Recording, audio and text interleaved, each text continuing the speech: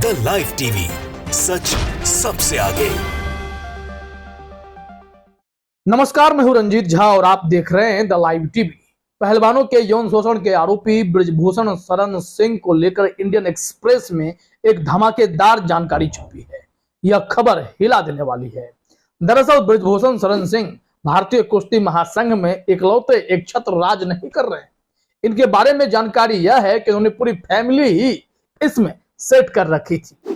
वैसे तो बृजभूषण शरण सिंह पर कार्रवाई के लिए 15 जून तक का वक्त लिया गया है और सरकार की तरफ से भी यह बयान आया है कि हम बृजभूषण को बचा नहीं रहे हैं। जबकि पहलवान और अमित शाह के बीच घंटों बैठक चली थी। अनुराग ठाकुर के साथ भी लंबी बातचीत हुई। इसके बाद यह तय हुआ है कार्रवाई तो होगी। बृजभूषण शरण सिंह की गिरफ्तारी होने के चांसेस बढ़ते चले जा रहे हैं, लेकिन इस बीच इंडियन एक्सप्रेस ने खुलासा किया है कि बृजभूषण शरण सिंह अकेले वह व्यक्ति नहीं है जो 3 टर्म से भारतीय कुश्ती महासंघ पर कब्जा जमाए बैठे थे। जिनके खिलाफ पहलवानों ने मोर्चा खोला, वह इस वजह से नहीं खोला कि वो कुश्ती संघ में कब्जा जमाए बैठे हैं। वजह कुछ और है जो आप सब जानते हैं। यौन शोषण के ये आरोपी हैं।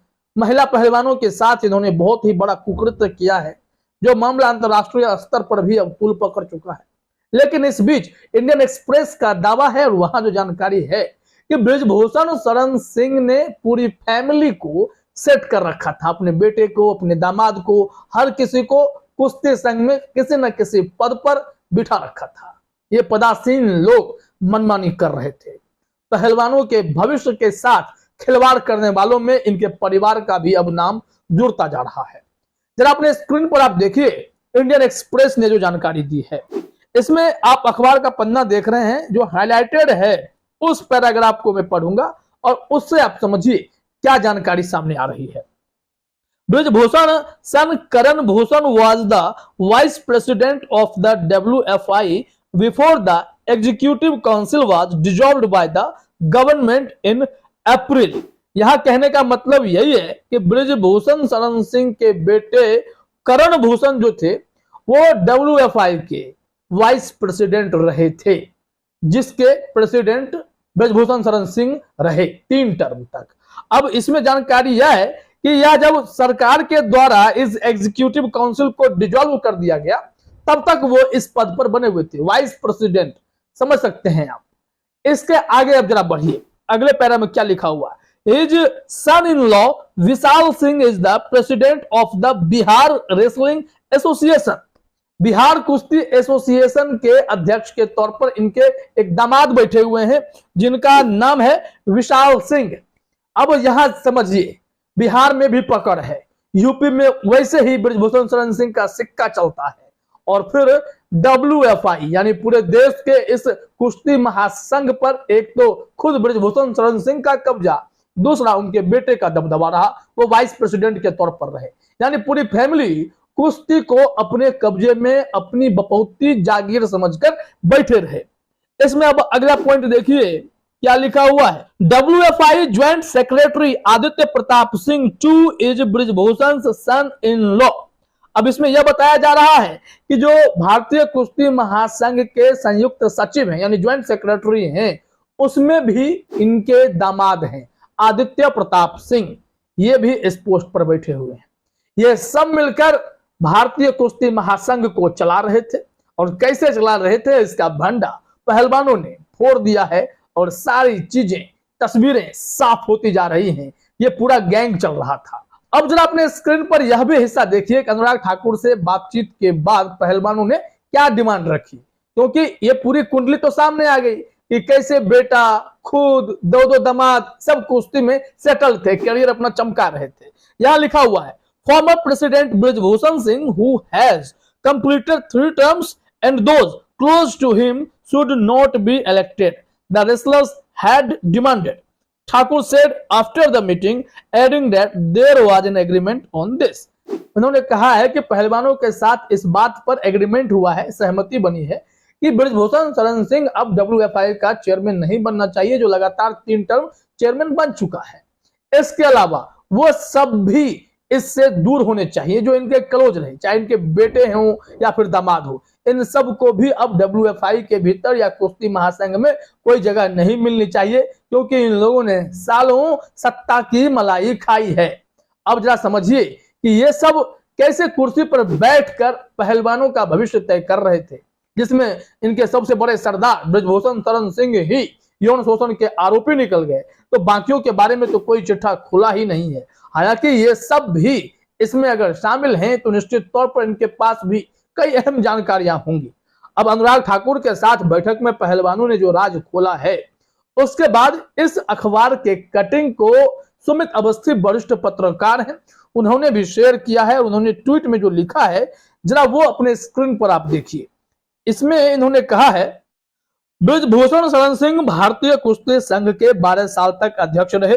उनके सुपुत्र करण भूषण सिंह कुश्ती संघ में उपाध्यक्ष हैं। उनके दामाद विशाल सिंह बिहार कुश्ती संघ के अध्यक्ष हैं।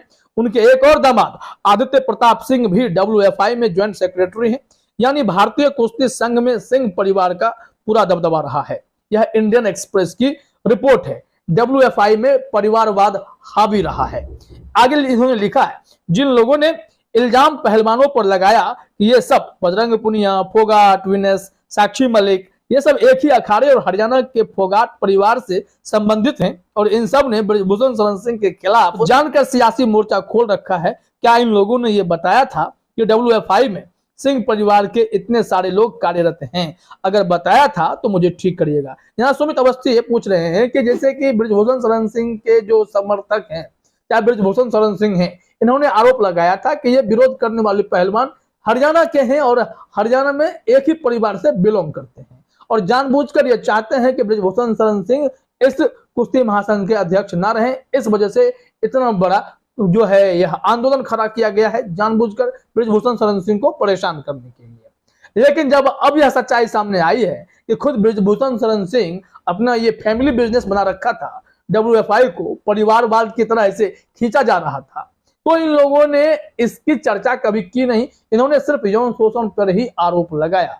अब अनुराग ठाकुर के सामने पहलवानों ने सारी बात रखी है, चलिए ठीक है, यह जानकारी अब स्पष्ट हो गई है।